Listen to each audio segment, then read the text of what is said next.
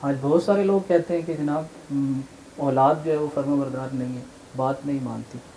تو اس میں تھوڑا سا میں اور آپ غور کریں، کہیں ایسا تو نہیں ہے. دیکھیں میرے سامنے شیشے کا گلاس پڑا ہے، اگر یہ گلاس مجھ سے ٹوٹ جائے تو کوئی پرابلم نہیں ہے، لیکن اگر یہی گلاس بیوی سے ٹوٹ جائے تو گالیاں دینا ہم شروع کر دیتے ہیں، تانے دینا شروع کر دیتے ہیں کہ تیرے باپ نے تجھے دیا کیا ہے،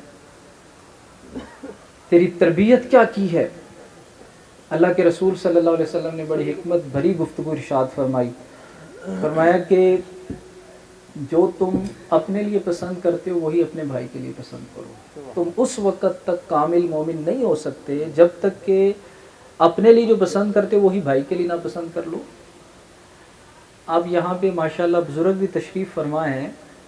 اگر ہماری بیٹی کو کوئی گالی دے، ہماری بہن کو کوئی گالی دے، ہم پسند نہیں کرتے، لیکن بیوی کے بارے میں یہ معاملہ الٹ کیوں ہوتا ہے؟ وہ بھی تو کسی کی بہن ہے، وہ بھی تو کسی کی بیٹی ہے. جب ہم اس بیوی کو اولاد کے سامنے گالیاں دیتے ہیں تو اولاد پھر ہمارے ساتھ وہی کرتی ہے. کوشش کریں دونوں طرف سے احتیاط کی جائے.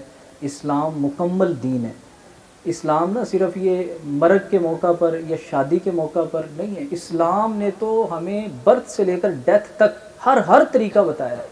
معاشرت سکھائی ہے، اقتصادیات سکھایا ہے، ختنہ کیسے کروانا ہے، عقیقہ کیسے کرنا ہے، قبر میں کون سے سوالات ہوں گے، محشر میں کون سے سوالات ہوں گے. کون سا ایسا عمل ہے جو اسلام نے ہمیں نہیں بتلایا؟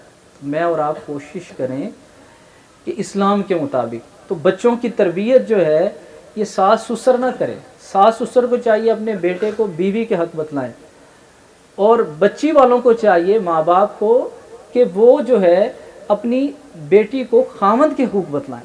تب یہ گھر جا کے امن کا گہوارہ بنے گا. ادروائز یہی مسائل جو ہے رہیں گے جو میرے اور آپ کے سامنے اس وقت طلاق کی ریشو بڑھ رہی ہے. وجہ صرف یہی ہے، تربیت نہیں ہے.